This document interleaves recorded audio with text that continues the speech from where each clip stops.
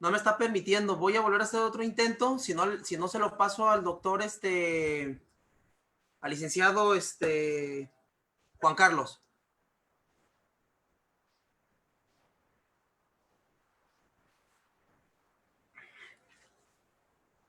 Sí, vi que 2 veces te dio transmisión en vivo. ¿Qué pasó? ¿Te Yo lo no sé, canceló? ahorita, al momento de querer empezar, Ajá. me vuelve a salir el icono de. No, de hecho está en vivo ahorita. ¿Está en Estamos en vivo? vivo. Sí, está en vivo y se está escuchando. Hay que Ok. cerrar micrófonos.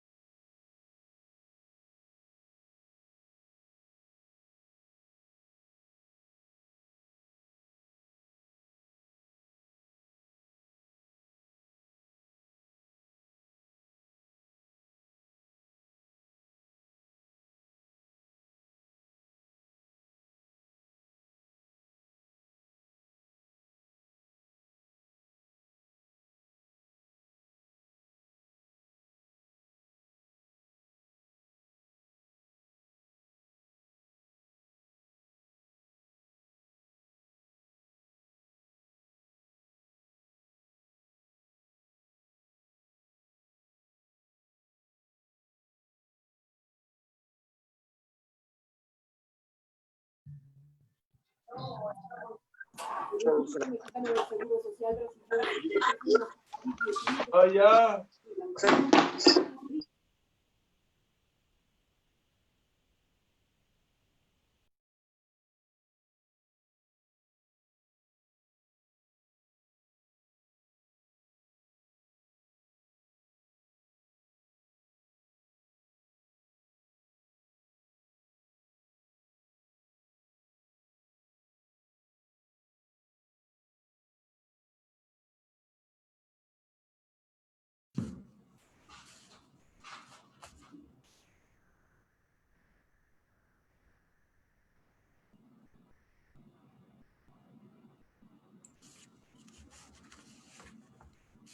Muy buenas tardes, bienvenidos nuevamente. Estimados mavistas, apreciables panelistas y público en general, agradecemos de nueva cuenta su presencia ante este importante evento que con mucho gusto hemos preparado a través de la Red Internacional de Derechos Humanos y Derecho Internacional Humanitario. De manera conjunta, los anfitriones en esta ocasión es el Consejo de la Judicatura y la Mexican American Bar Association, MABA México. Preocupados por dar a conocer y dar continuidad a procesos de capacitación y de actualización en temas trascendentes como son los derechos humanos, esperando que este panel académico científico titulado Derechos Humanos y Justicia en Tiempos de Contingencia nos presente un panorama global con nuestros expertos invitados. Previo, me permito hacer una aclaración, puesto que con el uso de estas nuevas tecnologías nos han surgido algunos intereses diversos de personas en las cuales se han ingresado a este tipo de espacios y han provocado algún contenido ajeno a nosotros. Entonces queremos manifestarnos profundamente en contra de todo aquello que pudiera surgir de antemano. Espero que no sea así. El panel que se integra el día de hoy está conformado por 4 invitados y me permitiré presentar una pequeña síntesis curricular muy breve de cada uno, por lo cual presento a ustedes al diputado Salvador Caro Cabrera de México. Él es actual presidente del Grupo Parlamentario del Movimiento Ciudadano de la 62ª legislatura del Congreso del Estado de Jalisco. Él fue presidente de la mesa directiva y presidente de la Junta de Coordinación Política y preside actualmente el Comité de Ética. Ha sido diputado federal en 2 ocasiones y local también, además de 2 veces regidor por el Ayuntamiento de Guadalajara, de donde también fue comisario general de la Policía de Guadalajara. Se ha desempeñado como profesor del Departamento de Estudios Políticos y del Seminario de Técnicas de Aprendizaje Jurídicas en la Facultad de Derecho, ambos en la Universidad de Guadalajara. Bienvenido, diputado. Muchas gracias por estar esta tarde con nosotros. Janet, es un gusto poder formar parte de este panel. Saludos a todos. Gracias. Se encuentra con nosotros el maestro Eduardo Moel Modiano, también representando a nuestro país, México. Él es consejero del Consejo de la Judicatura del Estado de Jalisco. Actualmente es abogado egresado por la Universidad Panamericana. Cuenta con el diplomado en sociedades y la maestría con concentración en arbitraje y transacciones internacionales. Es doctorante actualmente en Derecho por Investigación. Pertenece a la barra de abogados en Nueva York. Es catedrático de las universidades panamericanas, del Instituto Iberoamericano del Noroeste y del ITESO. Fue presidente y miembro de la Academia de Derecho Administrativo de la Universidad Panamericana y es miembro de la Barra Mexicana de Abogados. Buenas tardes, consejero. Mucho gusto en tenerlo con nosotros esta tarde. Gracias, Janet. Como siempre, muy agradecido de estar con ustedes y a todos mis compañeros panelistas y al público en general. Gracias por invitarme.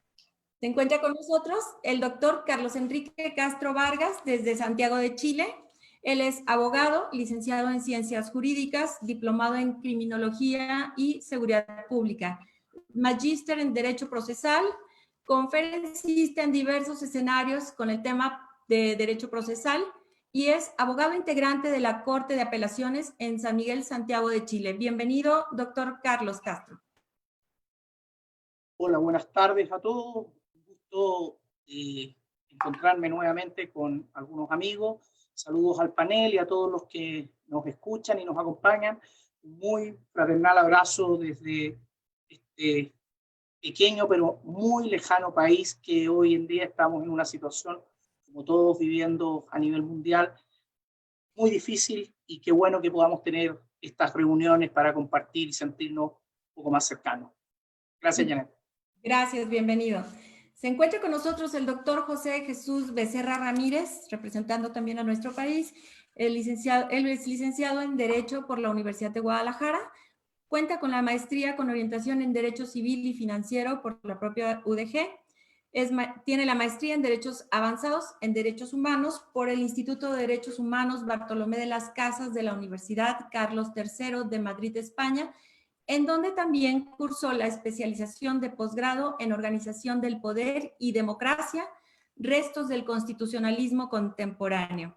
Cuenta con un curso de especialización de alta formación en Justicia Constitucional y Protección Jurisdiccional de los Derechos por la Universidad de Pisa, Italia.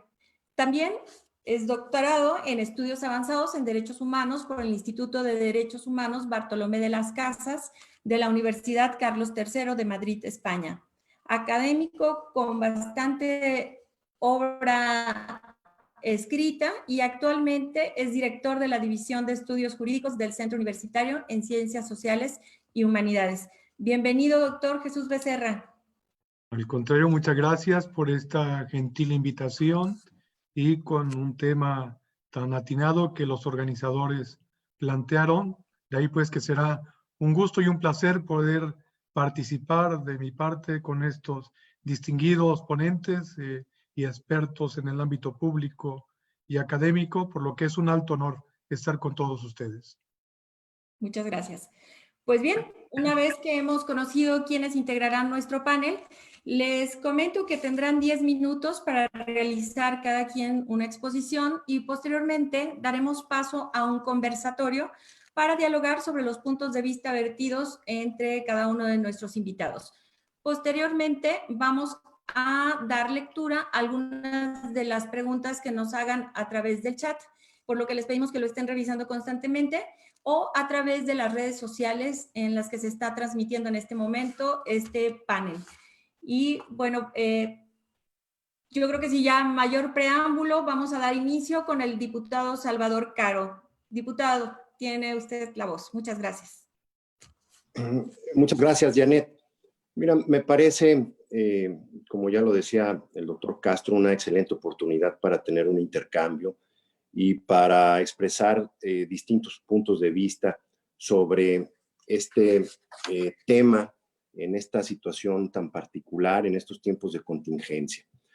Mira, quiero abordar el tema desde la perspectiva de los gobernantes. Este es un momento sumamente complejo. Por un lado, están, como sabemos, los derechos que nos corresponden por el simple hecho de ser seres humanos que están vinculados a nuestra naturaleza, a nuestra dignidad, y que en este esquema quedan bien diferenciados los derechos civiles y políticos y, digamos, los derechos que corresponden a la ciudadanía en términos económicos, sociales y culturales. ¿Cuál es el conflicto? Bueno, teniendo como eje el derecho a la salud, que es un derecho enmarcado en el segundo rubro de los citados derechos, hemos encontrado, no solamente en México, sino en el mundo, pues que ese derecho a la salud tiene una parte que es estrictamente retórica. ¿Cómo lo podría yo describir esto? Bueno, nos hemos dado cuenta que muchas de las reacciones que han tenido que acatar los gobiernos tienen que ver precisamente con la escasez de recursos para enfrentar los efectos de la pandemia. O sea, nos hemos dado cuenta que no existen los insumos necesarios, que no existe el personal capacitado necesariamente, que los hospitales tienen el riesgo de desbordarse, que lo hemos visto, por ejemplo, en el sistema de salud pública, periodos donde no hubo posibilidad de atender a las personas que tenían algún síntoma que los vinculaba al COVID. Y en ese mismo sentido, descubrimos que los sistemas de salud en el país y en el mundo van en una ruta distinta a las de los derechos de los ciudadanos. ¿Cómo lo podemos evidenciar esto? Bueno, pues desde una cuestión muy elemental. ¿Cuál es la brecha entre la posibilidad de acceder a servicios de salud de una persona de alto nivel de ingreso y del promedio de los ciudadanos? ¿Qué tipo de salud puede recibir uno y otro?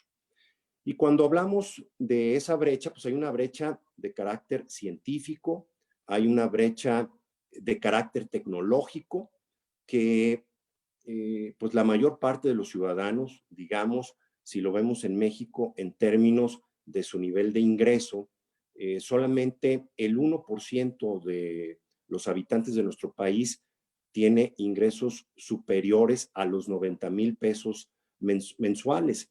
Eso quiere decir que estas familias tienen posibilidades en el sistema de salud que el otro 99% no tiene. Y si lo llevamos a otro nivel, pues tenemos el último decil en nivel de ingreso, donde los ciudadanos ganan aproximadamente 1,000 pesos al mes, sobreviven las economías domésticas con 1,000 pesos al mes. Entonces, la brecha tecnológica nos habla de que en esta circunstancia, pues hubo quienes acondicionaron su habitación para poder evitar cualquier riesgo, para poder atenderse en cualquier circunstancia, y está en contraste el grueso de la población que no podría acceder a sistemas de salud. Entonces, retomo el punto. Los gobiernos trabajan con recursos limitados y demandas ilimitadas.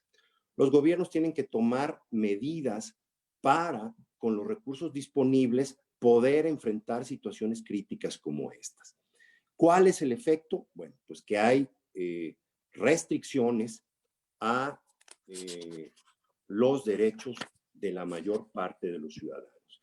¿Y cómo se dan esas restricciones?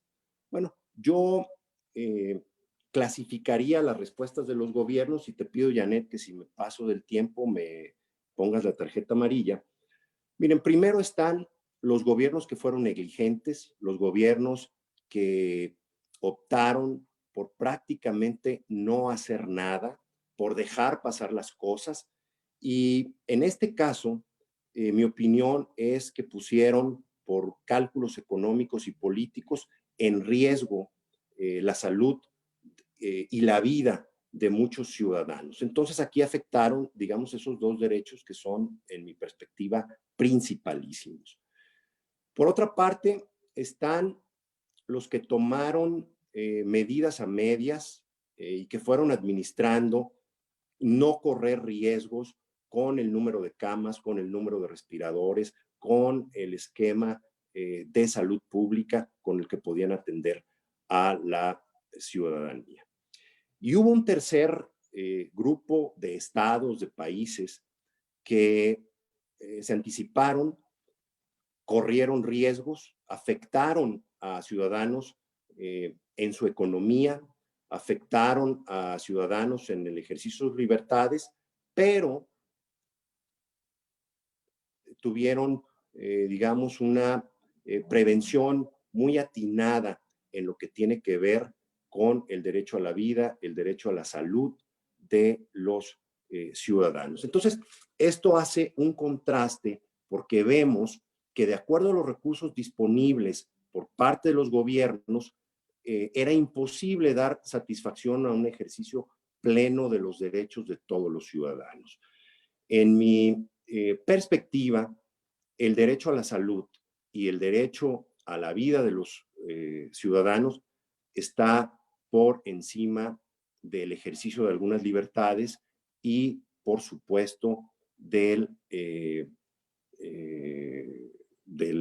los derechos económicos que tienen. Ahora, ¿cómo se tomaron las decisiones? Que es otra dimensión de análisis del fenómeno. Bueno, en algunos países fue totalmente arbitrario. Fue unilateral, fue con mentiras, etcétera. Mientras que en el otro grupo de países, esto se procesó a través de las instituciones democráticas, hubo decisiones del Ejecutivo que fueron públicas, transparentes. Estas, en lo que correspondía, se procesaron en los congresos, en los distintos órdenes de gobierno, y siempre estuvo la posibilidad de que el Poder Judicial pudiera pronunciarse y tomar decisiones. Desde mi punto de vista, en el caso nuestro, en México, en el estado de Jalisco específicamente, el gobierno estatal, pues cabe perfectamente en el tercer grupo, en el de los que se anticiparon y decididamente buscaron proteger el derecho a la salud, el derecho a la vida de los habitantes, y por otra parte, las decisiones se han procesado en espacios democráticos, en un ejercicio permanente a través de consejos, de una interacción con universidades, con organismos empresariales y correspondidas las acciones con aprobaciones mayoritarias en el Congreso del Estado. Quisiera dejar aquí mi comentario y estar abierto a cualquier pregunta o a cualquier referencia de mis compañeros panelistas. Muchas gracias, Janet. Muchas gracias, diputado. Me voy a ir de corridito ahora sí que a darles el uso de la voz a los compañeros del panel a efectos de luego abrir un periodo de, posteriormente al final, una serie de preguntas y respuestas. Enseguida le cedo el uso de la voz al doctor Carlos Castro desde Santiago de Chile. Muchas gracias, doctor. Es suyo el micrófono. Gracias, Janet. Buenas tardes nuevamente para todos. A ver, quiero un poco, en primer término, señalarles cuál es la situación actual en Chile y específicamente en Santiago. Nuestra ciudad cobija más o menos el 40-45% de la población nacional. Estamos hablando de unos 6-7 millones de habitantes. Santiago en este momento fue notificado a toda la ciudad de que desde mañana se inicia una cuarentena total de carácter indefinido. Y les cuento esto porque la situación nacional, a partir del día en que se declara estado de catástrofe, por allá por el 28 de marzo, fue generando una serie de decisiones, tanto del nivel político, ejecutivo, como del poder legislativo. ¿Tendiente a qué? Tendiente, yo diría, a compatibilizar, un poco como hablaba el doctor Salvador, compatibilizar una situación de medidas de carácter sanitarias como igualmente económicas. Y esto provocó que se fueran decretando cuarentenas tanto en la ciudad de Santiago en forma territorial, nosotros le llamamos comunas, son lo que se parece a las colonias de ustedes, una cosa así, pero no pudiendo evitar el intercambio de ciudadanos que se trasladaban desde una zona en cuarentena a una no en cuarentena. Hago esta apreciación porque quiero entrar a un punto que desde mi especialidad me preocupa muchísimo y creo que se va a generar un debate importante y bastante interesante. Nosotros a partir del 18 de octubre del año pasado, no sé si muchos pudieron haber visto, estábamos sufriendo lo que se denominó, entre comillas, un estallido social. Es decir, hubo una situación en la cual se pusieron en el tapete unos reclamos que nunca había pasado, yo diría, de la forma en que se produjeron, con comillas, la violencia que se produjeron, una reacción de las policías bastante violenta igualmente, y todo esto de la pandemia nos toca en una situación en que teníamos un gobierno más o menos cuya aprobación presidencial no superaba el 6 o 7% de la aprobación ciudadana. Ante este escenario, se empiezan a adoptar estas medidas de pandemia y resulta que el país empieza a entrar en una especie de recesión económica, manifestaciones sociales muy fuertes, estado de sitio, incluso toque de queda, cuestiones que nosotros no vivíamos, yo diría, desde aquellos años del gobierno del general Pinochet. Puesto este escenario, entramos hoy día a directamente conversar, bueno, cómo se reaccionó por parte del organismo al cual de alguna manera me toca trabajar más cercano, que es el Poder Judicial. El Poder Judicial trató en toda esta situación de mantener equilibrado lo que era el servicio de justicia, realizando, manteniendo sobre todo en el área penal, todas aquellas audiencias que fuesen necesarias. Nuestra Corte Suprema, nosotros somos un Estado unitario, por lo tanto tenemos una sola Corte Suprema, dictaminó una serie de medidas tendientes a que se desarrollaran las audiencias de carácter urgente vía Zoom.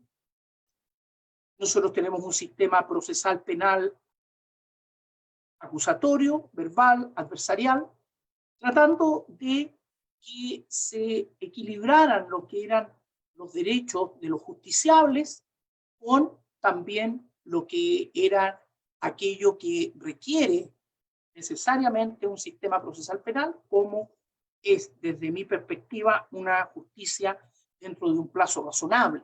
Es decir, que no se eternicen los procesos. Ustedes comprenderán, estimados amigos, que esta mezcla de estallido social, pandemia, produjo realmente o está produciendo una situación bastante compleja en el ámbito de la justicia.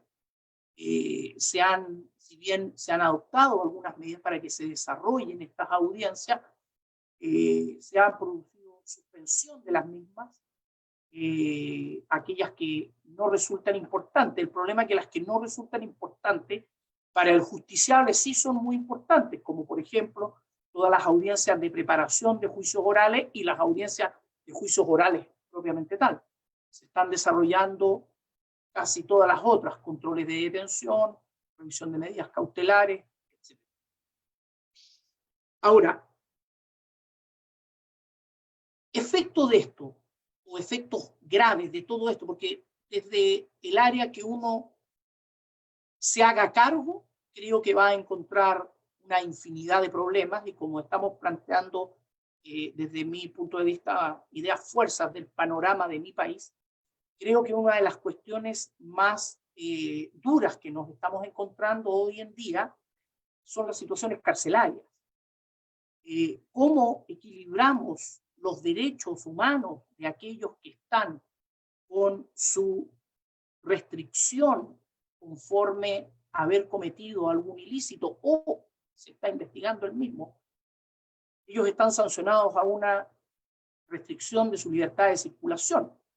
Pero hoy en día, esos recintos carcelarios resulta que son la antítesis de las medidas que se requieren para controlar esta pandemia. En Chile estamos hablando de cuarentena, estamos hablando de pudiésemos decir, un sistema de aislar a la gente que esté en una situación más permeable, como son aquellos que tienen sobre 70 años de edad, que tienen algunas enfermedades base. Bueno, ¿qué hacemos en los recintos carcelarios con todo esto? Sabemos que en Latinoamérica no existen hoy en día ningún tipo de facilidad en nuestras cárceles para poder respetar este tipo de situaciones.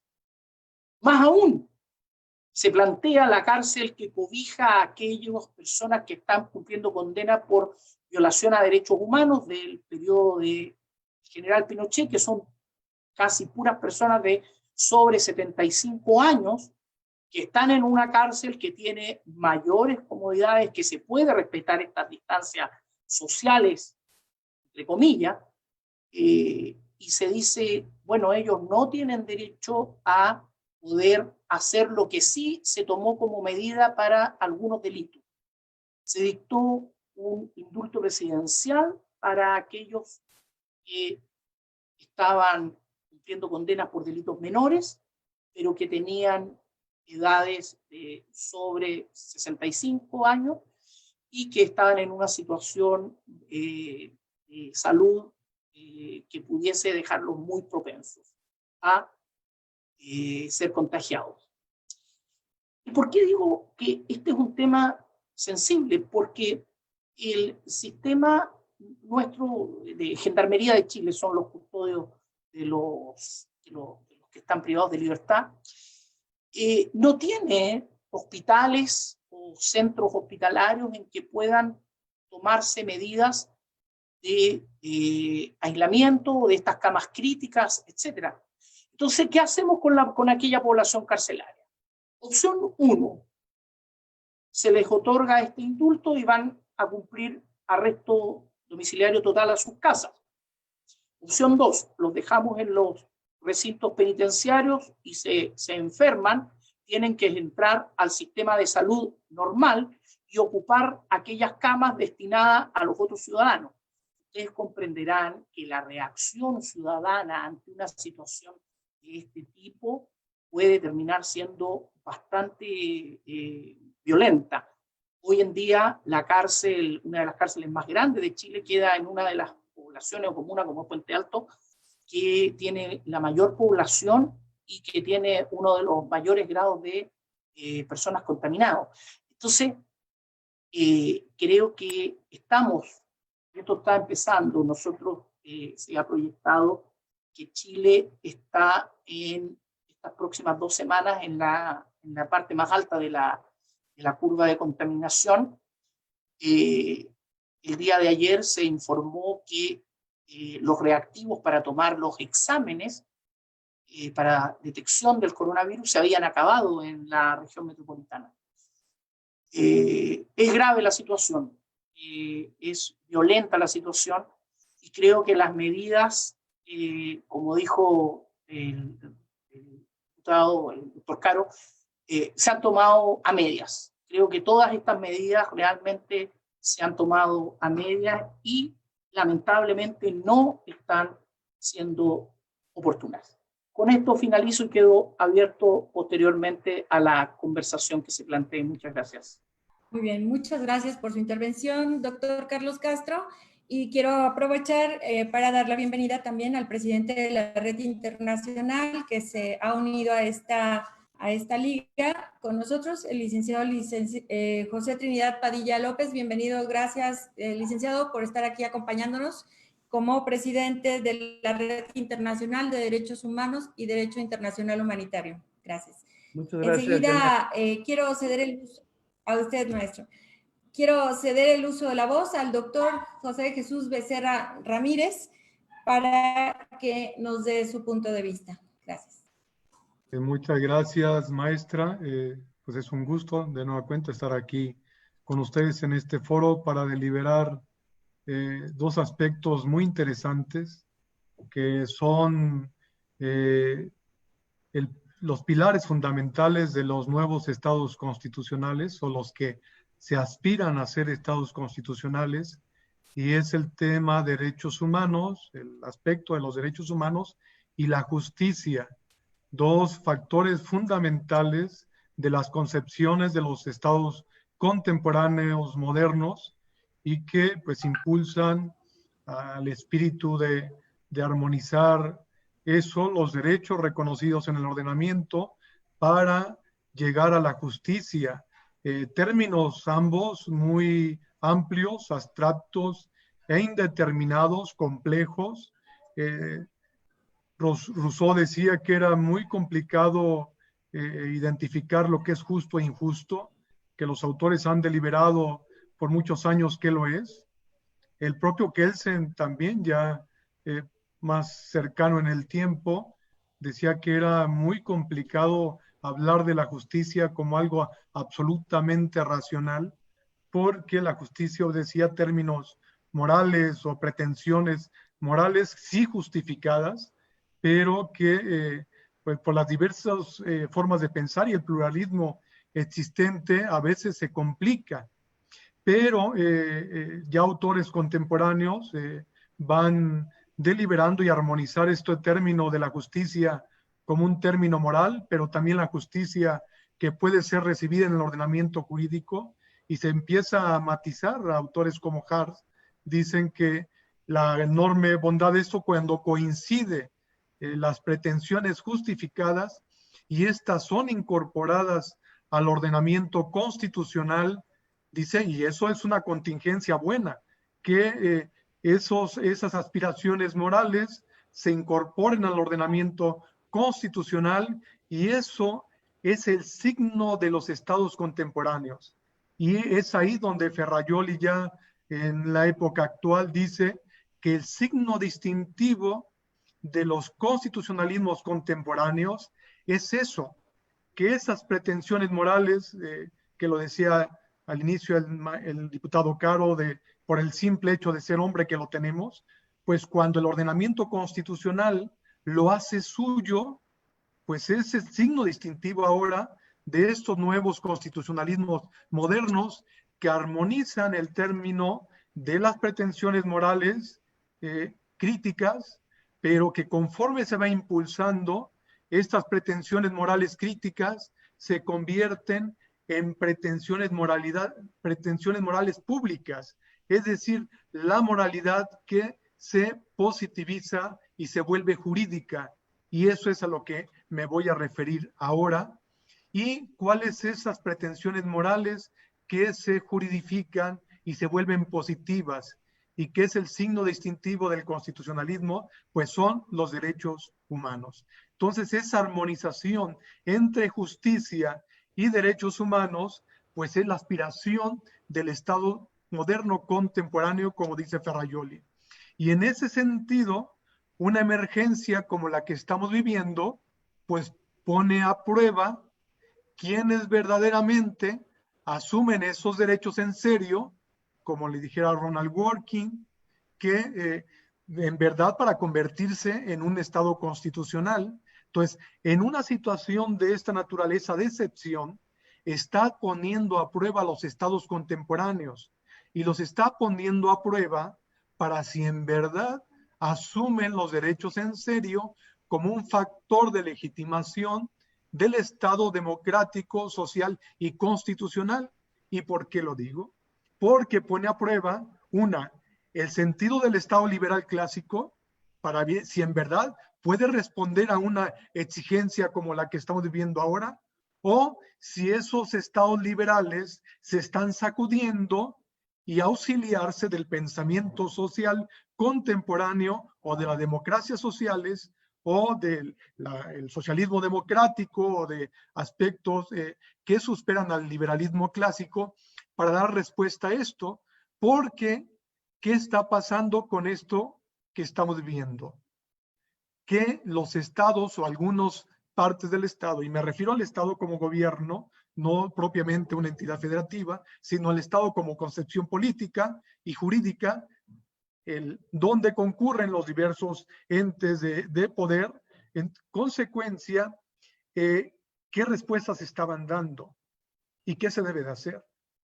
Entonces, el Estado liberal clásico que dejaba todo al mercado, ya vimos que los estados liberales, donde el Estado está muy reducido, pues ahora están corrigiendo rumbo y están incluso hasta obligando a empresas transnacionales residentes en ámbitos territoriales específicos a limitarles su producción o a incentivarles o hasta casi obligarles a que produzcan para hacer frente a esto. Entonces, se están corrigiendo el estado contemporáneo.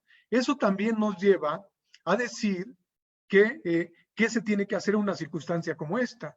No tenemos una bolita de cristal, pero desde organizaciones especiales que se dedican a la protección de derechos humanos, como la Corte Interamericana en días pasados hizo una declaración muy interesante que plantea hacia dónde deben recurrir los estados para no incurrir en omisiones. Y lo vimos, la respuesta, unos muy rápida, otros no tan rápida, y eso tiene que ver precisamente con estados preocupados porque prevalezca ese estado constitucional. Entonces, la Corte Interamericana dice que se debe de incentivar el sentido de la cooperación y la solidaridad, y eso que implica, replantear el término de las funciones del Estado, y sobre todo el Estado social, pero también las funciones de las personas, que tenemos que replantear que el individualismo clásico y egoísta tiene que abrirse para proteger a los demás, pero en la medida que se proteja a los demás, también se protege el mismo. Entonces, el individualismo clásico, con esa exhortación de la Corte Interamericana, pues está replanteando no solamente el sentido de la función del Estado, sino también el sentido de la relación entre las personas, que obliga a replantear el comportamiento individual o egoísta para efecto de replantear la solidaridad en el sentido como un comportamiento político y social.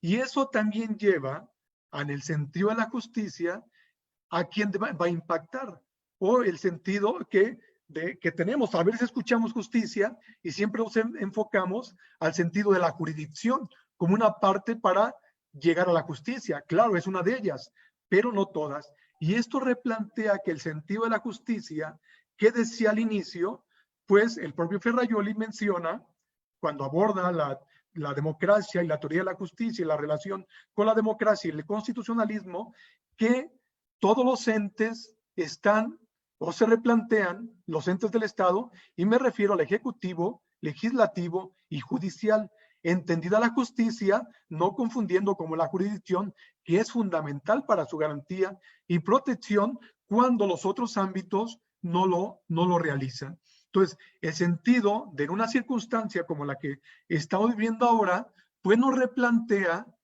qué tipo de comportamientos y quiénes son los que deben de activarse en una circunstancia de esta naturaleza.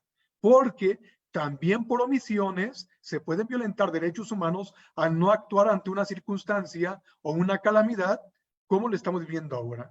Afortunadamente, en nuestras latitudes, en nuestro ámbito local, inmediatamente se dieron medidas para efecto de responder a una situación excepcional. Pero esto también nos replantea varias cosas.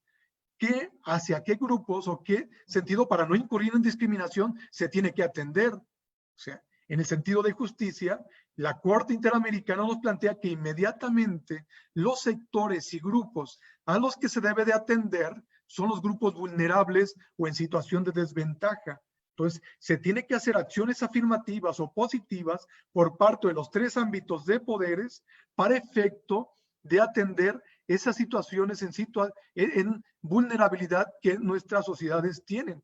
Pero también los entes del Estado se encuentran con la enorme disyuntiva. Tenemos recursos escasos. Los derechos se tienen que garantizar, pero también hay periodo de escasez. Y luego están los mandatos progresivos que tiene que los indicadores ir ampliando y no en forma regresiva. Entonces, en una situación tan complicada, donde los estados se ven en periodos de escasez de recursos, ¿qué se tiene que hacer? Y más cuando el Protocolo de San Salvador de Derechos Sociales, Económicos y Culturales dice que los estados tienen que hacer uso del máximo de los recursos disponibles para responder de forma progresiva. Pero ¿qué pasa si los recursos están escaseando? Y esto nos lleva a limitar también ciertos derechos. ¿Y a cuáles derechos les vamos a darle prioridad? Entonces, obviamente, ahí nos dice sin discriminación, sino la Corte dice haciendo distinciones, porque en una circunstancia como esta puede haber acciones regresivas dice que los estados tienen que justificar el por qué se están viendo ante la impotencia de atender ciertos derechos por canalizar a otros derechos. Entonces, esto nos está replanteando muchísimo la función del Estado, de los órganos del Estado, la función de los particulares, de la sociedad en su conjunto, sobre qué se tiene que hacer para aspirar a un verdadero Estado constitucional y democrático de derecho. Porque también nos lleva a que en un periodo de esta naturaleza hay un coto vedado o hay un ámbito de lo no decidible que ni en situaciones de excepción se tiene que tocar, como es el acceso a la justicia y otros más derechos. Entonces, la Corte Interamericana replantea e incluso hace mención de sentencias muy recientes que hablan para proteger la salud, el agua y los alimentos. Entonces, esto nos lleva a replantear muchos paradigmas sobre el tema de la construcción política, lo que el Estado tiene que hacer y que los particulares tienen que hacer para atender precisamente esos grupos en situación de vulnerabilidad, en situaciones como la que estamos viviendo ahora. Entonces, yo con esto cierro esta primera intervención, pues diciendo que nos replantea la justicia.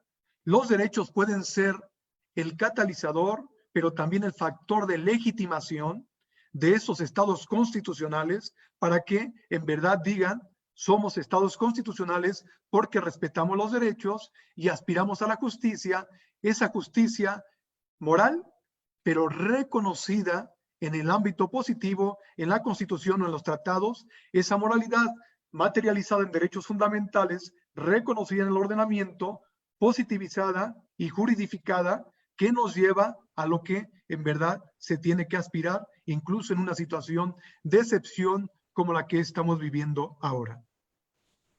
Bien, muchas gracias, doctor Jesús Becerra. Y bueno, voy a ceder el uso de la voz al doctor Eduardo Moguel Modiano. Nada más quiero hacer una precisión. El diputado Salvador Caro, tengo entendido que tiene que salir a las 6 de la tarde. Por si, bueno, vemos que se desconecta, es porque ya tiene un compromiso previamente adquirido, diputado. Entonces, bueno, doctor Eduardo Moguel, por favor, si nos gusta plantear su posición. Gracias, Janet, muy amable. Lo bueno de hablar al final siempre es que hay muy poco ya que decir, entonces podemos irnos más rápido que todos. Pero justamente todos hablaron de lo que sucede y de lo que debería ser. Y yo voy a hablar desde el centro de lo que me tocó vivir en el Poder Judicial en Jalisco, y puedo hablar por todo México, que ha sido muy similar, en el que claro que podemos aspirar y gozar y pensar que todo está en la Constitución y que todo está muy bien y que vamos a poder ponderar los derechos y hacer lo que es correcto. Como decía el doctor Jesús correctamente, hay que buscar siempre el deber ser y lograr esa ideal de Estado constitucional. Sin embargo, nuestro gran reto es que todo eso se traduzca en bienestar a la gente. Es decir, que pueda llegar. Y para ello necesitamos los canales, las instituciones en los que las personas puedan acudir y arreglar ese tipo de temas. ¿Para qué? Para estar todos dentro del mismo nivel o dentro de la misma posibilidad de vernos beneficiados de pertenecer a un Estado. El Poder Judicial es una de esas instituciones que busca justamente crear y dar, otorgar derechos, imponer las obligaciones a quien haya incumplido para que las cumpla a favor de otra persona. Y en ese sentido, la pandemia en estos días aciagos nos ha llevado a una triste realidad.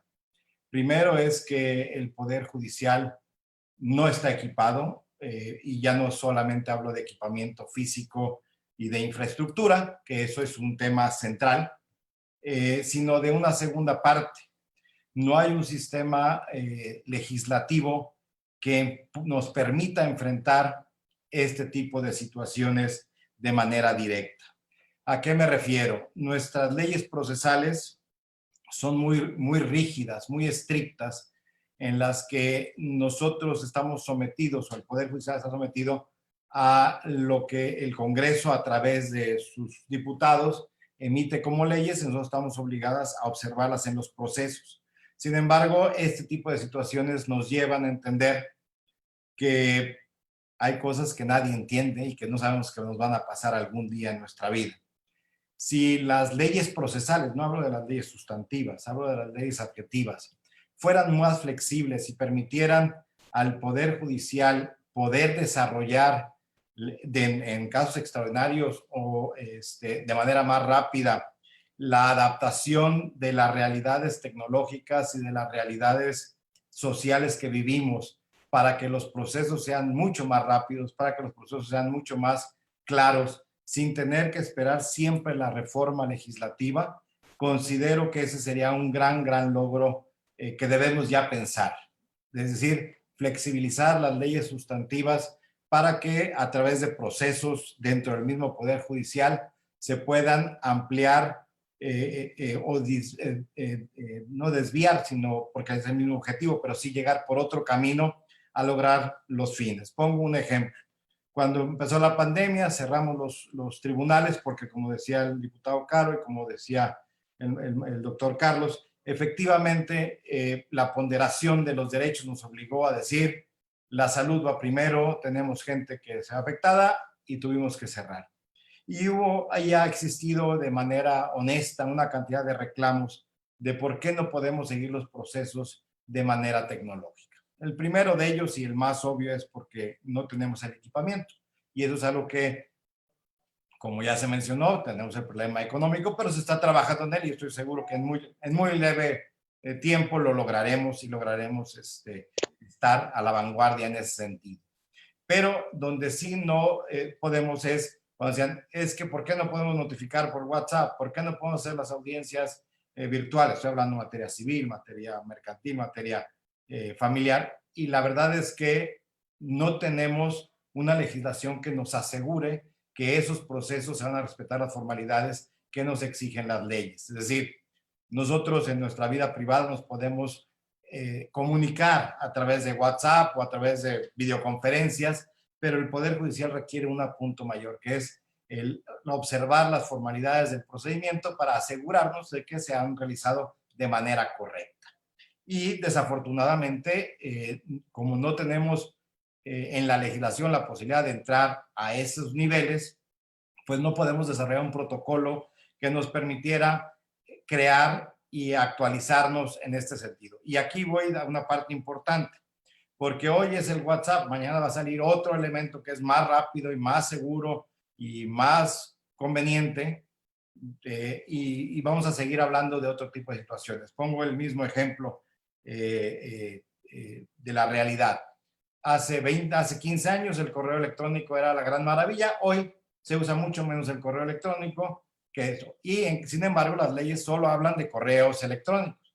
No permiten que vayamos mucho más rápido en las tecnologías. Entonces, creo que el primer reto que vamos a tener a partir de este momento es encontrar, flexibilizar y confiar en que el Poder Judicial pueda conocer bien los procesos y que ellos mismos puedan hacer los protocolos necesarios para enfrentar este tipo de situaciones. El segundo tema que realmente es trascendental para el Poder Judicial y que esto es más interno, pero lo tenemos que hacer con cimiento, es que la justicia no está sola. ¿Sí? La justicia requiere de todo un esquema de trabajo para que se pueda materializar. Podemos hablar que la justicia es de abogados cuando se presentan pruebas, cuando se dicta la sentencia, cuando se presenta la demanda. Pero esa justicia, que yo la llamo la justicia de abogados, no es la justicia que busca la gente.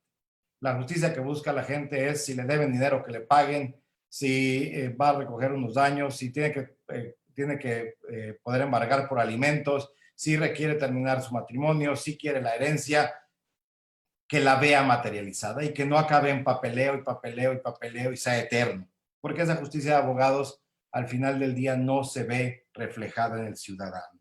Entonces, lo que se requiere, y esta es una lección muy importante, es haber aprendido que la justicia no está sola, no somos un ente ajeno al Estado, ni somos un ente ajeno a la sociedad. Somos parte de ella y como tal debemos involucrarnos en la parte que nos corresponde. Y para lograr ese objetivo no hay mucho más que moverle, más que aprovechar todos los mecanismos para que las sentencias se ejecuten lo más rápido posible. Es decir, ahorita tenemos N número de sentencias dictadas, ninguna se puede ejecutar. ¿Qué quiere decir eso? Que no hay manera de que se materialice esa justicia. Entonces, si el ciudadano sigue pasando y pasando, y si yo tengo una sentencia, ¿y qué hago con ella? ¿De qué me sirve? Y les pongo ejemplos. ¿Por qué tenemos que esperar que se abran los juzgados para embargar una cuenta de un tipo, una persona que le debe a otra? ¿Por qué el juez no puede girar un oficio a la Comisión Nacional Bancaria de oficio y decir, sin darle vista a otra parte, oye, tengo una sentencia que condenó por tantos dineros, embargo la cuenta o entrega el dinero al juzgado? Eso se podría hacer. Pero tenemos un sistema tan aquilosado en formalidades, y no hablo del proceso, hablo de la sentencia. Es decir, la sentencia es la verdad legal ya decretada. No es que estemos violándole el derecho a nadie, la sentencia ahí está. Ya tuvieron su derecho de audiencia, ya tienen su derecho de defensa, ya se decretó la sentencia. Y por lo tanto, el hacer un proceso dentro del proceso, pues no está haciendo que la justicia llegue a las personas. Y esta pandemia, este motivo, nos dio a entender que el Poder Judicial necesita urgentemente aliarse de todo el sistema ajeno al Poder Judicial para hacer cumplir sus sentencias. Tenemos que tener convenios con Hacienda, tenemos que tener convenios con los bancos, tenemos que tener para que nos permitan agilizar la ejecución de sentencias y quitarnos el tema de hacer una justicia de abogados, para que hagamos una justicia de las personas que acuden a nosotros. Estas lecciones que nos dan, esa lección que nos dio la pandemia, que nos dio estos días tan duros, son esos tiempos que nos deben dar la oportunidad de reformar la forma en que vemos el derecho, que vemos el sistema de justicia, en el que entendamos que el centro en ellos no son los abogados, no son ni siquiera el Poder Judicial, es el justiciable. Y todos nuestros esfuerzos deben ir pendientes a que se consiga esa situación sin que sea complicado, sin que sea difícil, que nos aprovechemos de las tecnologías, que nos aprovechemos de los momentos de avances, y que mañana va a haber otros y que tenemos que estar a la vanguardia. Entonces, no podemos estar al ritmo del sistema legislativo. Y por el otro lado, necesitamos acelerar la ejecución de las sentencias. Es un gran problema en el país, un gran problema en el Estado, que las sentencias no se están ejecutando y por lo tanto no están llegando la realidad, la justicia, el restablecer el orden constitucional, restablecer el orden legal a los ciudadanos. Y entonces esta pandemia nos da a entender que necesitamos pausar y reasumir el compromiso de voltear a ver para quiénes nos debemos. Ya nos debemos a la ciudadanía. No me quiero pasar más del tiempo, estoy abierto a este tema y a mi segunda exposición. Tengo preguntas que tengan que hacer, con mucho gusto. Gracias por todo.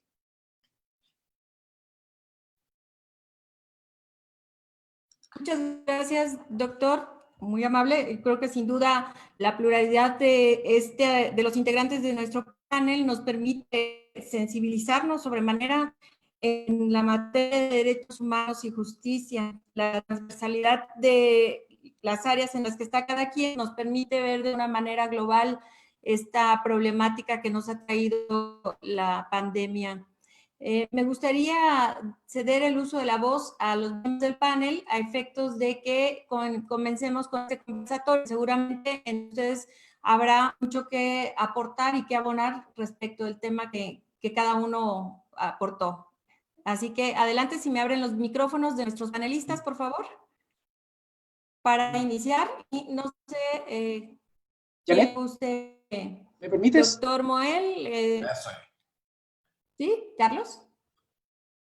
Bien, es que un poco relacionado con lo que señalaba recién el doctor Moel. A ver, creo que hay una cuestión que desde mi perspectiva hoy nos ha dejado en claro la pandemia. Creo que necesariamente la justicia que se requiere es aquella justicia en la cual los intervinientes, los que reclaman, los justiciables, vean a los jueces que la oralidad, la publicidad, el sistema adversarial, cualquiera que sea la naturaleza del conflicto, yo creo que ya superamos esto que era estas reformas procesales penales latinoamericanas, partieron por los sistemas procesales penales, pero creo que esto ya hoy está superado. Y quiero tomar una parte de lo que señaló el doctor Moel. Nosotros, al ser un Estado unitario, nuestra Corte Suprema sí tuvo o tiene facultades constitucionales para haber dictado aquellas medidas tendientes a que las audiencias, respetando lo que eran estos principios que ya he señalado, partiendo por la inmediatez, evidentemente, pudiese realizarse vía Zoom. Le quiero contar que solo en una semana se adaptaron los sistemas que permitieron que tanto la Corte Suprema, las Cortes de Apelaciones, que son nuestros tribunales de segunda instancia, y los tribunales de primera instancia pudieran realizar sus audiencias. Evidentemente, la cantidad de causas no era la misma que se pueden ver normalmente, porque se tuvieron que empezar a adaptar estos sistemas que a veces se cortan, que hay que conciliar los horarios, que tenemos que estar todos de acuerdo, pero creo que este es el gran cambio que en materia judicial vamos a tener. Ya no va a ser necesario que estemos esperando los tribunales, haciendo fila, esperando turnos, cosas así. Creo que darle las facultades a los tribunales superiores para que a través de las normativas, nosotros les denominamos los autos acordados, implementen estos sistemas, va a provocar que efectivamente este cambio producido por la pandemia tenga algo de positivo y que nosotros tengamos una justicia que se pueda adaptar a esta modernidad y a esta tecnología. Gracias. Si me permite hacer un comentario a lo del doctor Carlos. Igual se puedo seguir, Janet. Perfectamente el sentido. En Chile el órgano constitucional o la legislación permite al Tribunal Supremo establecer una normatividad, una legislación propia para la cuestión procesal y la pueden variar de tiempo en tiempo. Hay algunos límites respecto a cuándo puede o cómo debe actualizarla. Es una pregunta para conocer, porque creo que es un tema súper interesante en el sentido de que podemos ir acelerando la legislación a la realidad sin esperar los tiempos complicados que a veces tiene la política. Solo un minutito, doctor, para responderle. Efectivamente, nosotros tenemos una legislación que permite a nuestra Corte Suprema el poder dictar aquellas medidas tendientes a que se puedan destrabar algunas situaciones como fue esta de no poder realizar físicamente dentro del tribunal la audiencia. Pero se adaptó solo en virtud de que nosotros tenemos sistemas orales en materias tan sensibles como son la materia penal, la materia de familia, la materia laboral. Por eso se pudo hacer y haciendo la adaptación solamente del sistema. Eso para no quitarle más tiempo a los otros expositores. Perfecto. Gracias. Perdón, diputado, me parece que usted quería hacer una intervención. Gracias. Si es posible, muchas gracias, Janet. Adelante. Mira, con todo el reconocimiento por la gran batalla que ha dado a favor de la transformación del Poder Judicial al consejero Moel, decir que, bueno, en México, en el orden federal y local, el Poder Judicial tiene derecho de iniciativa, pero legislativamente el comportamiento, la tradición de actuación del Poder Judicial es sumamente pasiva. Sí. Aún teniendo razones muy claras y poderosas, el Poder Judicial actúa con dos debilidades. Primero, no tiene una actuación proactiva para transformar la legislación. Y segundo, lamentablemente no tiene la legitimidad, aunque siempre hay personalidades muy acreditadas. Yo podría destacar varias en el Consejo y en el propio tribunal, por supuesto, entre ellas estaría el consejero Moel, pero el papel es pasivo. Bueno, segundo, en el Congreso del Estado están pasando cosas muy importantes a partir de este suceso, como llamaba la atención el doctor Castro. Primero, hoy realizamos nuestra primera sesión telemática a partir de una reforma realizada hace 3 semanas y vimos que hay muchas formas de interactuar, que pudimos poner al día nuestra legislación, pero a partir de eso también impactamos la legislación de los municipios. Estamos abiertos a las solicitudes que hagan tanto el Poder Judicial como el Poder Ejecutivo y estamos estudiando en las ramas de lo que compete al derecho civil local cómo órganos colegiados pueden incorporar la tecnología y esperemos que en lo que tiene que ver con sociedades mercantiles, la legislación federal también entienda este momento y lo pueda aprovechar. Es una oportunidad sin duda para la interacción, para el intercambio de bienes y servicios, para la agilidad en el flujo de dinero en el orden local, nacional y mundial, que se traduzca en bienestar, que se traduzca en empleo, que se traduzca en riqueza. Eso es lo que yo quería compartir con ustedes. Igual si hay alguna cuestión, pues estoy a sus órdenes, porque estoy a punto de terminar. Si me das permiso, Janet. Bueno, el doctor Becerra primero.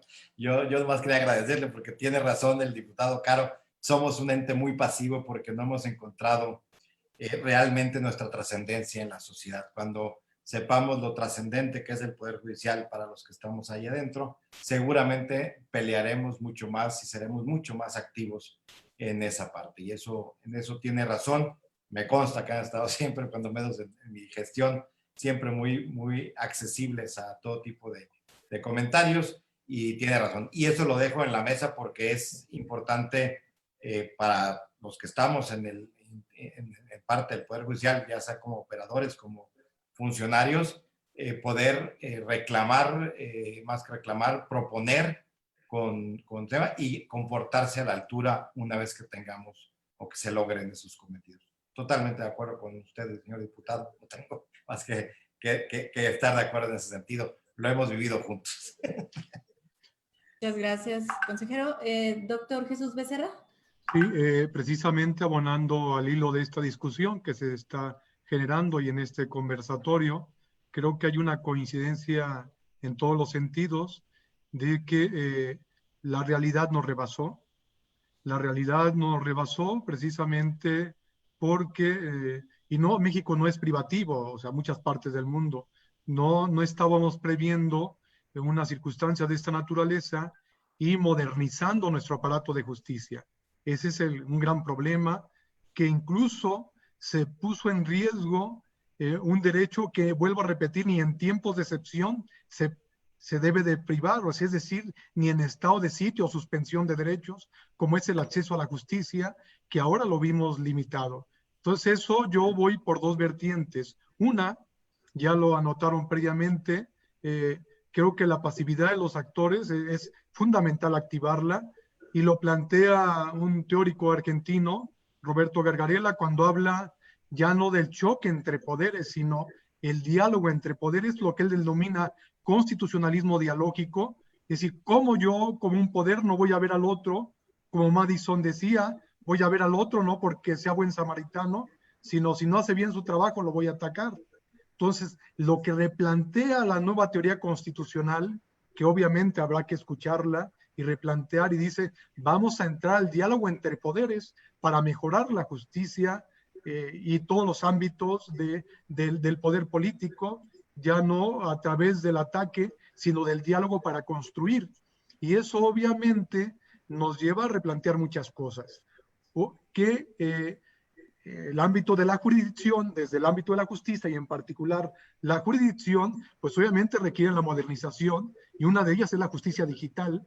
y obviamente implica no solamente recursos, porque la inteligencia artificial ahí está. Es decir, no podemos tapar eso con un dedo. La inteligencia ahí está, artificial. Lo que falta operar es sumar las inteligencias personales y las voluntades para que esto se lleve a la práctica. Yo sé que no es muy fácil en una situación a veces de confrontación, por eso se requiere personas con un alto sentido de responsabilidad y de preparación para operar una justicia que eficiente los recursos, que se modernice, que haga uso de las nuevas tecnologías, y no solamente es cuestión de recursos, sino de capacidades y voluntades, porque también la función del juez, y me refiero al juez en el sentido del que resuelve, puede ser juez, puede ser magistrado, ya no solamente aquel de la boca muda de la ley, como decía Montesquieu, sino aquel juez activo, garantista, que a través de sus resoluciones ponga ejemplos de su actuar, y basta una sola sentencia para que arrastre en el sentido pedagógico de lo que tiene que hacer un buen juez. Entonces, el sentido de la justicia ahora, en una pandemia de esta naturaleza, nos lleva a replantear y que se tomen las medidas adecuadas y realmente alejados de utilitarismos momentáneos, sino que en verdad ir por dos vertientes. Una verdadera justicia digital, que la inteligencia ya está, los aparatos ya están, pero requiere capacitación para operarla. Ese es el gran problema. Y el otro en el sentido del fondo, del conocimiento del que realiza o participa en la jurisdicción, del activismo, y obviamente, por eso muchos teóricos como Rodolfo Vázquez dice, ¿qué tipo de jurisdicción necesitamos? Necesitamos aquel que dialogue, que esté abierto, que esté preparado, que esté abierta a las tecnologías, porque la tecnología no se maneja sola. Entonces, realmente creo que la coincidencia va en mucho sentido, que depende mucho de, obviamente, de recursos, pero yo creo que es más de voluntades y de capacidades para sumar el sentido del diálogo entre poderes, otra, las capacidades individuales que potencien lo que ya está. No vamos a descubrir el hilo negro. La investigación y las nuevas redes están al alcance de un clic. El tema, dicen los teóricos de las nuevas tecnologías y de la innovación, tenemos que seleccionar qué tipo de conocimiento y de información es la que vamos a depurar para aplicarla. Entonces, obviamente, nos lleva a replantear mucho. Ya lo adelantó el diputado Caruna, es el diálogo entre poderes. Otro, el uso de la inteligencia artificial, sumada de la inteligencia personal. Otra, la capacitación y la formación de los operadores de justicia, que es un factor fundamental para que el engranaje funcione. Bueno, no quiero abusar más, quise de alguna manera puntualizar de estos aspectos que son fundamentales, que teóricamente ya se está deliberando, no estamos descubriendo nada nuevo, pero creo que en una situación de pandemia que nos agarró con los dedos en la puerta y nos sacudió, y que realmente se le están vulnerando derechos que ni en situación de excepción deberían hacerse, pues creo que es momento, nunca es tarde, de replantear esta circunstancia. ¿Qué es cuánto? Muchas gracias y felicidades a todos. Hasta luego. Gracias. Con el permiso de ustedes. Hasta luego, un gusto. Gracias. Bueno, pues yo creo que estos puntos de reflexión a todos nos tiene sensibilizados con un poco la piel chinita por todo lo que se viene y lo que implica esta pandemia y esta situación y todo lo que involucra. A mí me gustaría, si es que no tienen algún otro comentario en puerta, para dar pie a las preguntas que tenemos. Solo Sí. una cuestión final. A mí me ha tocado hace ya muchos años compartir en varios estados mexicanos lo que ha sido la capacitación en la reforma procesal penal, capacitar jueces federales, defensores federales, etc. Entonces, y en estos últimos 10, 12 años, cómo se ha producido esta idea, se ha ido mermando en una legislación. pero me parece muy adecuado lo que decía el doctor Becerra, que de alguna manera, si nosotros queremos exigirle al Poder Judicial, al órgano judicial, hay una cuestión que para mí resulta básica, que es la confianza. Si nosotros no confiamos en nosotros no hacemos la distinción entre los jueces, los magistrados, los jueces hablo en general, independiente del nivel en que ellos estén. Pero si nosotros no confiamos en nuestros jueces, creo yo que ningún sistema va a resultar. Es decir, no va a resultar ni un inquisitivo del juez a puerta cerrada en su despacho fallando, ni un adversarial público en audiencia con las partes presentes. Es decir, la confianza en los jueces es fundamental para que estas nuevas tecnologías puedan ser implementadas. Para Chile resultó muy sencillo y no somos más inteligentes que nadie, que en ninguna parte, pero que la Corte Suprema dictara e hiciera aquellas adecuaciones necesarias para que el Poder Judicial siguiera funcionando. No se paralizó ningún día. Evidentemente fue más lento, sí, pero ningún día. Las audiencias se comenzaron a realizar respetando la publicidad, respetando los derechos de todos los que son intervinientes en cualquiera de las materias. Y lo que ocurre es que esta pandemia no es a corto plazo. Es decir, de esto no hay mucho tiempo que seguir pensando, porque la verdad se va a producir, creo yo, en aquellos países que no adopten las medidas correspondientes, se va a producir un quiebre absoluto, independiente de la materia que sea, respecto de los plazos razonables, como llama la Corte Interamericana, en los cuales vamos a obtener estas sentencias que ya no se cumplen. Como decía el doctor, ya no se cumplen. Ya, bueno, ahora ni siquiera vamos a tener esa sentencia porque ya ni siquiera se va a fallar. Si nadie entiende que esto hay que adaptarlo ya, no hay que esperar mucho tiempo. De acuerdo, la confianza es esencial para que esto funcione. No hay vuelta de esto. Probablemente, bueno, pues mucho que hacer, mucho trabajo por mejorar en nuestros sistemas y ojalá que, bueno, ya también tuvimos por parte del legislativo una mirada y que también esto pueda sensibilizar a varias facciones para que pueda darse una mejor solución a nuestro sistema de justicia y más en estos tiempos. Me gustaría dar paso a una serie de preguntas, si me lo permiten.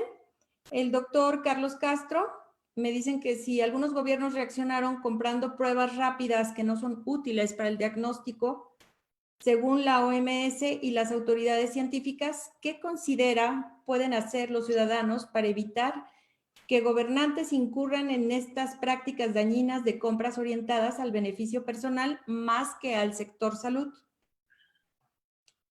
A ver, yo creo que es una pregunta bastante interesante porque nos pone en una disyuntiva de lo que es el interés privado versus el interés público. ¿Cómo nosotros podemos determinar ante una situación de esta gravedad y, entre comillas, desconocida que enfrentamos por primera vez? ¿Cómo podemos determinar cuál va a ser el interés público? ¿Qué es lo que necesitamos? Les cuento que en mi país ocurrió cuando se empezaron a adoptar las primeras medidas tendientes a adelantarnos a lo que venía. Había una discusión muy dura entre el colegio médico y el ministro de Salud, que es un médico acá en Chile también. Pero opiniones absolutamente diversas. si después decimos qué opinaba el ministro de Economía, otro mundo, otra diferencia. Entonces, ¿qué se hizo? Se planteó una mesa de trabajo que concitara la opinión de todos estos estamentos que estaban realmente discutiendo qué hacer. Se escucha a todo, pero finalmente alguien tiene que tomar las decisiones. Y creo yo que la única forma en que se tomen las decisiones adecuadas, como se plantea en la pregunta, yo voy a dejar de lado los temas de corrupción, es decir, si el interés privado es porque hay funcionarios públicos corruptos y llevan a esto. No, eso dejémoslo de lado porque no es la cuestión en discusión. Estamos hablando de cuál es la medida adecuada en la cual prime lo que es la idea de el bienestar público. Creo yo que volvemos a lo mismo, volvemos al tema de las confianzas. Aquí no nos estamos dando cuenta que si no se toman las medidas adecuadas y aquellas medidas adecuadas que tengan un sustento científico. Aquí hay que escuchar a los científicos, a los que saben. Si aquí no sacamos nada con tener una serie de legisladores que pretendan hacerlo lo mejor posible o políticos que pretendan hacerlo lo mejor posible, si este es un tema científico. Entonces yo creo que habría que potenciar las decisiones en el ámbito científico. Esa por lo menos sería mi opinión, que el estamento científico universitario tuviese una voz bastante más fuerte de la que por lo menos hasta ahora ha tenido. Muy bien, muchas gracias, doctor Carlos.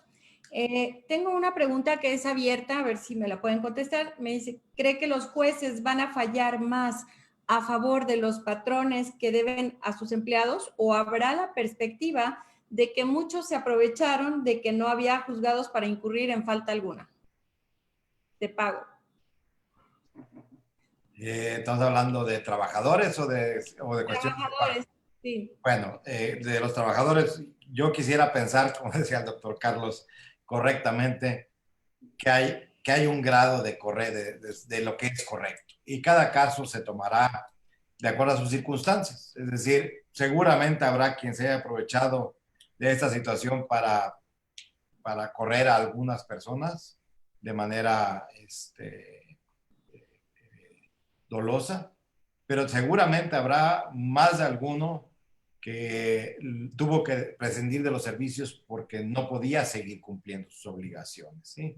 El tema es caso por caso y yo quiero pensar que los jueces laborales pues van a dictar sentencias como esta.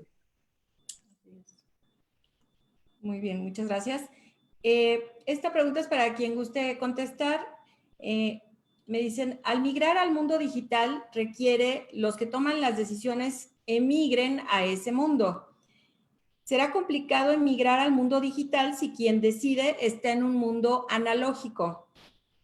Los procesos son creados por las personas y si las personas no tienen facilidad al cambio, los procesos no van a cambiar. ¿Qué es necesario para que los que decidan emigren al mundo digital? Yo creo que quieran hacerlo. Es decir, creo que aquí este mundo no está vetado para nadie. Nosotros tenemos tribunales en los cuales hay gente bastante mayor y que se ha adaptado a estos sistemas.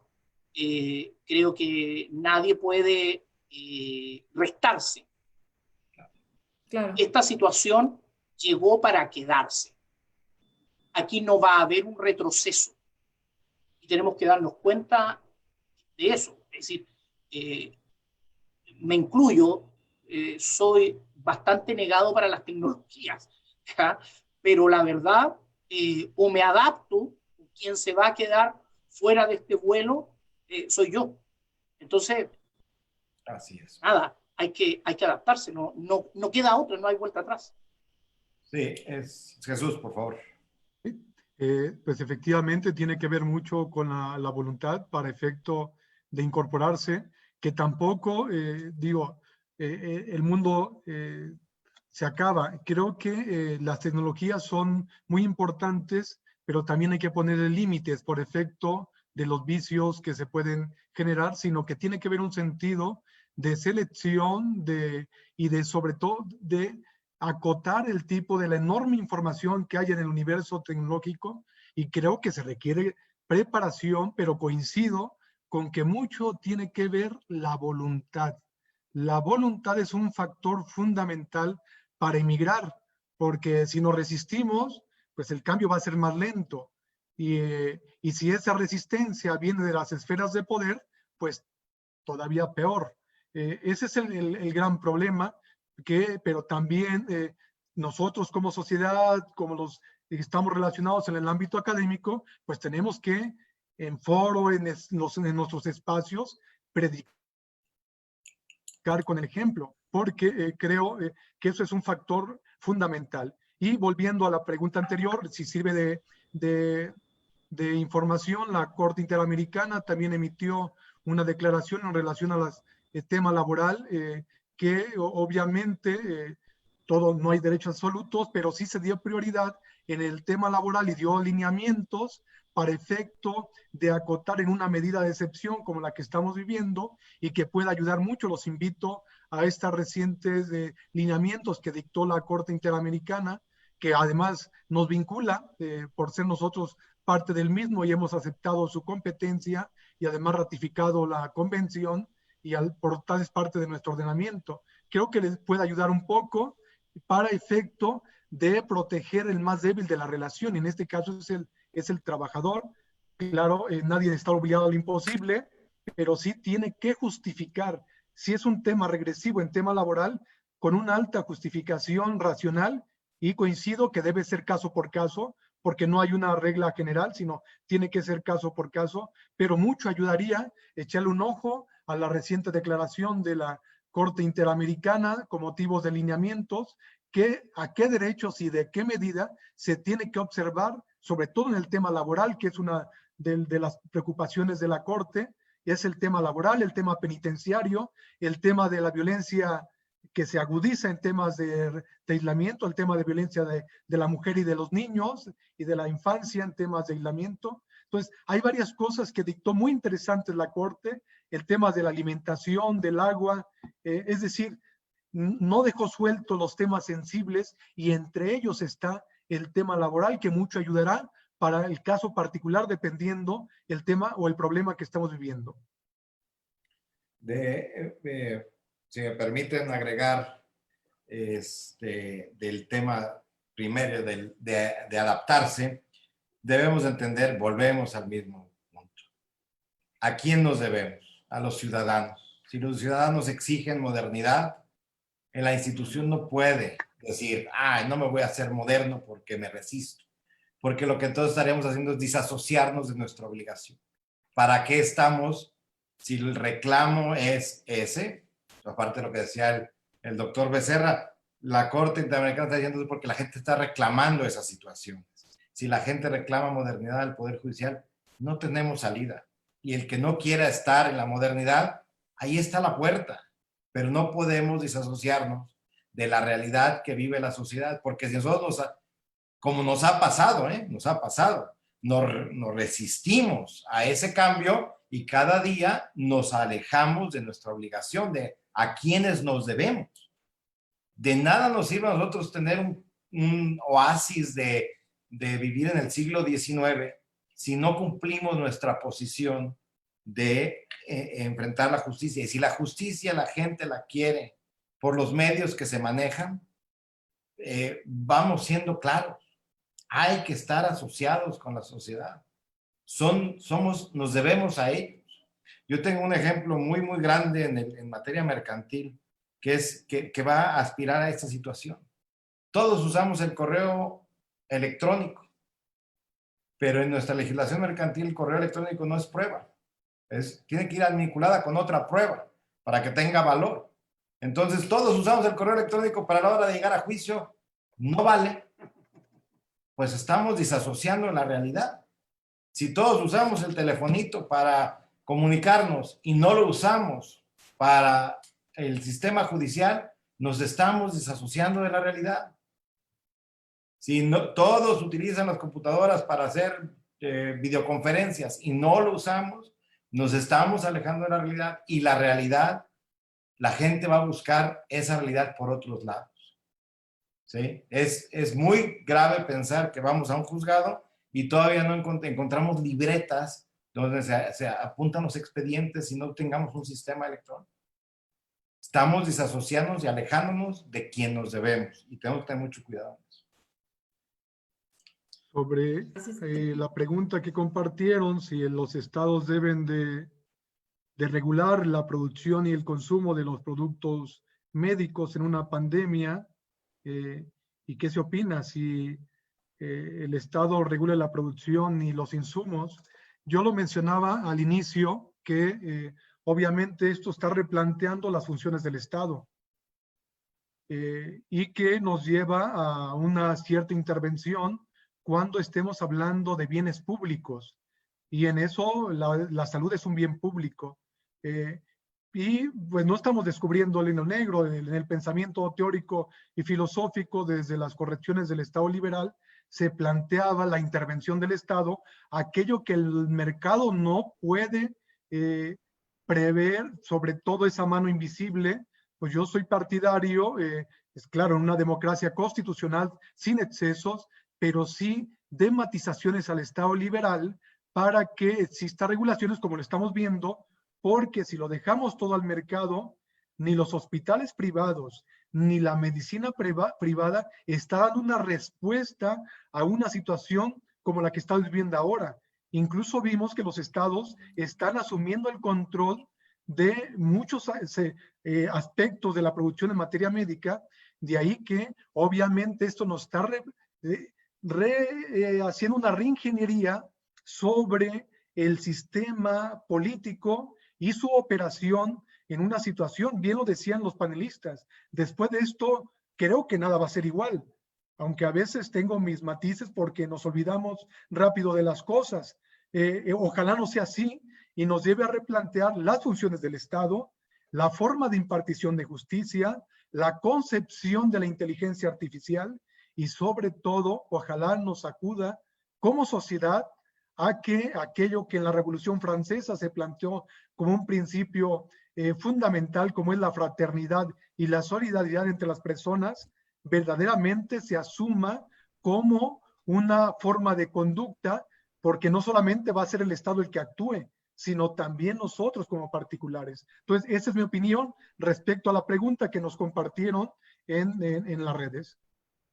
Quiero un poco dar mi opinión también respecto a esta misma pregunta, porque resulta interesante el resaltar este cambio de paradigma respecto de lo que entendemos nosotros como la función de un Estado democrático, liberal. Es decir, la intervención del Estado en cuanto a entrar a reglar el mercado. Que acá el definir qué compro, cuánto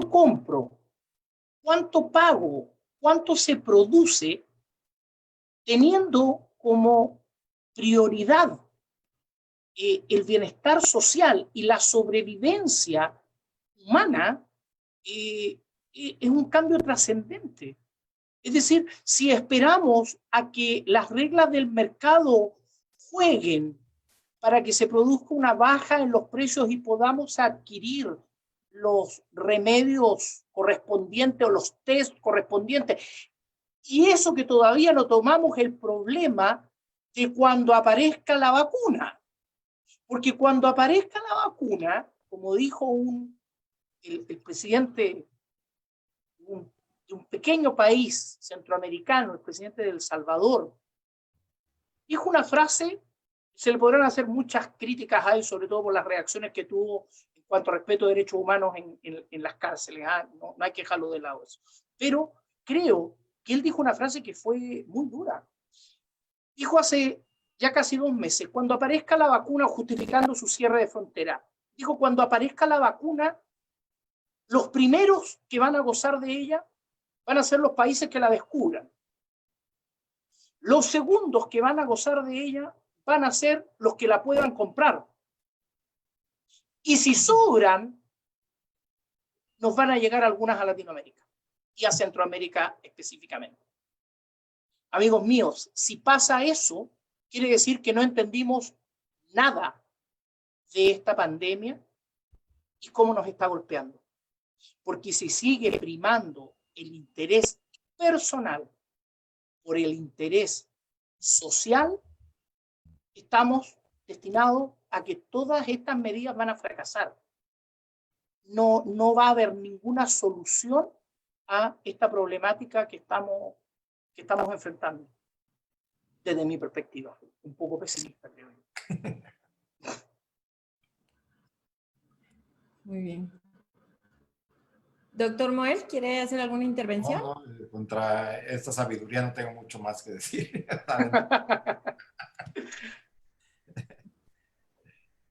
Claro.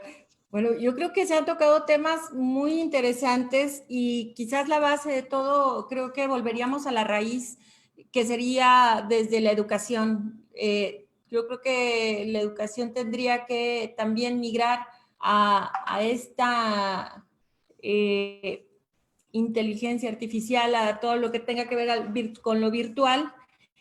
Y seguramente será reeducarnos, reinventarnos y pues es una tarea muy complicada, pero seguramente todos y cada uno de nosotros tenemos un trabajo titánico por hacer. Ojalá que este panel haya dejado una semilla interesante en cuanto a la reflexión, porque, bueno, los panelistas que tuvimos creo que son de lujo. Muchas gracias, doctor Carlos Castro, por comunicarse desde Chile y estar con nosotros esta tarde. Doctor Jesús Becerra, muchas gracias también por brindarnos su tiempo. Y bueno, doctor Eduardo Moel, ¿qué le puedo decir? Es prácticamente de las intervenciones que tendremos el gusto de tenerlo aquí como miembro del Poder Judicial, como consejero. Yo sé que ya nos queda un poco de tiempo, pero lo vamos a explotar todo el tiempo que se pueda. Ya sabes, adelante, cuenta con todo el apoyo. Siempre sensibilizándonos. Advertido. Sí. Siempre sensibilizándonos pues en temas que tienen que ver con la justicia y la justicia social. Al maestro Trino Padilla, muchas gracias por estarse presentando esta tarde con nosotros como presidente de la Red Internacional de Derechos Humanos y Derecho Internacional Humanitario. Muchas gracias, maestro Trino. Al maestro José Guadalupe González Plasencia, presidente de MAVA México, también muy agradecidos. Y a todos ustedes por estar esta tarde compartiendo la sabiduría de nuestros panelistas. Muchas gracias. Muchas gracias. Cuenten con mi buena disposición para cuando se requiera. Un abrazo especial al maestro Padilla, a quien hemos tenido el gusto de compartir en un par de oportunidades. Me alegra mucho verlo bien, y a todos ustedes mi mejor disposición para cuando se me requiera. Con la mayor alegría participaré en cualquier panel. Felicidades y cuídense mucho todos. Tenga la seguridad. Gracias. Gracias, Janet. Muchas gracias a todos. Un saludo y un abrazo. Muchas gracias. Y bueno, también quisiera dejarlos con una invitación para el día de mañana, que tendremos el último de los paneles que tenemos a cargo de nosotros como MAVA.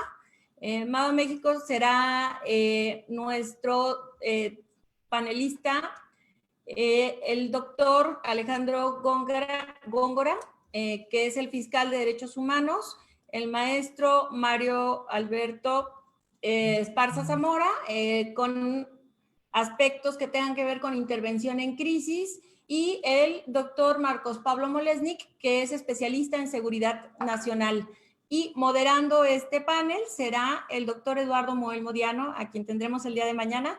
Y pues no nos queda más que agradecer pues la atención que tuvimos de parte de todos ustedes, muchos comentarios agradeciendo a nuestros panelistas, y pues quedan cordialmente invitados, señores panelistas, a estar todas las veces que gusten. Tienen las puertas abiertas.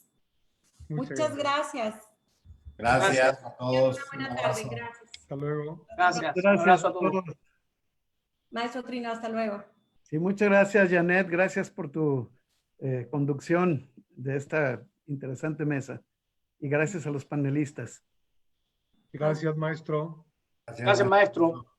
Un saludo, maestro. Un saludo, Jesús, un saludo, Muel. Gracias, maestro, muy amable. Bueno, y también el diputado que se tuvo que retirar, pero realmente muy, muy interesante esta mesa y pues a nombre de la Red Internacional de Derechos Humanos les agradezco muchísimo esta participación y espero que nos volvamos a ver en la siguiente, la de mañana. Felicidades por la organización y la temática desarrollada a No, todos. gracias. Gracias a ustedes que nos aportan tanto. Que tengan buena tarde. Gracias, buenas tardes. Gracias. A todos, hasta luego. Igual. Gracias. Chao. Chao. Chao.